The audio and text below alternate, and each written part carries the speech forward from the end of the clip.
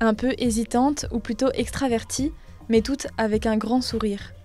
Toutes ces femmes ont un point en commun, celui d'avoir traversé l'épreuve du cancer du sein. Certaines sont encore en cours de traitement quand d'autres sont en rémission, mais elles ont toutes choisi de se livrer sur l'expérience qu'elles ont vécue. Avec la chirurgienne gynéco qui va me prendre en charge arrive très vite, puisque c'est seulement 2 jours après.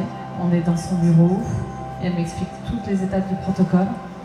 Je suis là, je l'écoute, alors à la fois très attentivement et pourtant complètement absente. C'est une sorte de transmission à toute cette jeunesse touchée par la maladie pour dire que même si on a encore des traitements, même si on a encore des soucis de santé après tout ça, on peut vivre et bien vivre. Pour ces femmes résilientes, ce spectacle intitulé Maison Témoin est un véritable challenge. Elles y travaillent depuis 6 mois à raison de 2 répétitions par semaine. Lors de ces ateliers, elles peuvent lâcher prise et reprendre petit à petit confiance en elles. Un soutien, en fait, de rencontrer, de faire partie d'un groupe. Parce que c'est vrai que quand on traverse l'épreuve du cancer, moi en tout cas personnellement, j'ai été confrontée à la solitude.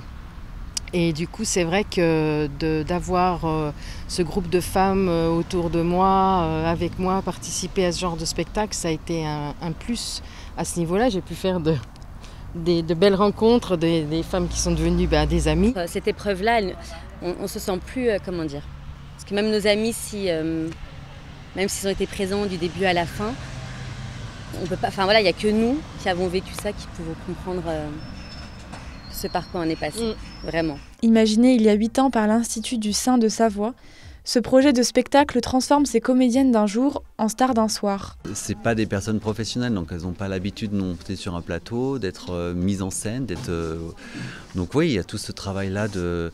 En fait, le travail il est assez simple dans le sens où il faut arriver à créer une cohésion de groupe. Donc déjà, il a fallu un peu de temps pour qu'elles s'apprennent à se connaître elles-mêmes, qu'on apprenne à se connaître tous et toutes, et ensuite, après, on essaie de faire une cohésion. On part sur une même idée, sur le même désir, et du coup, il y a quelque chose il y a une alchimie qui se crée.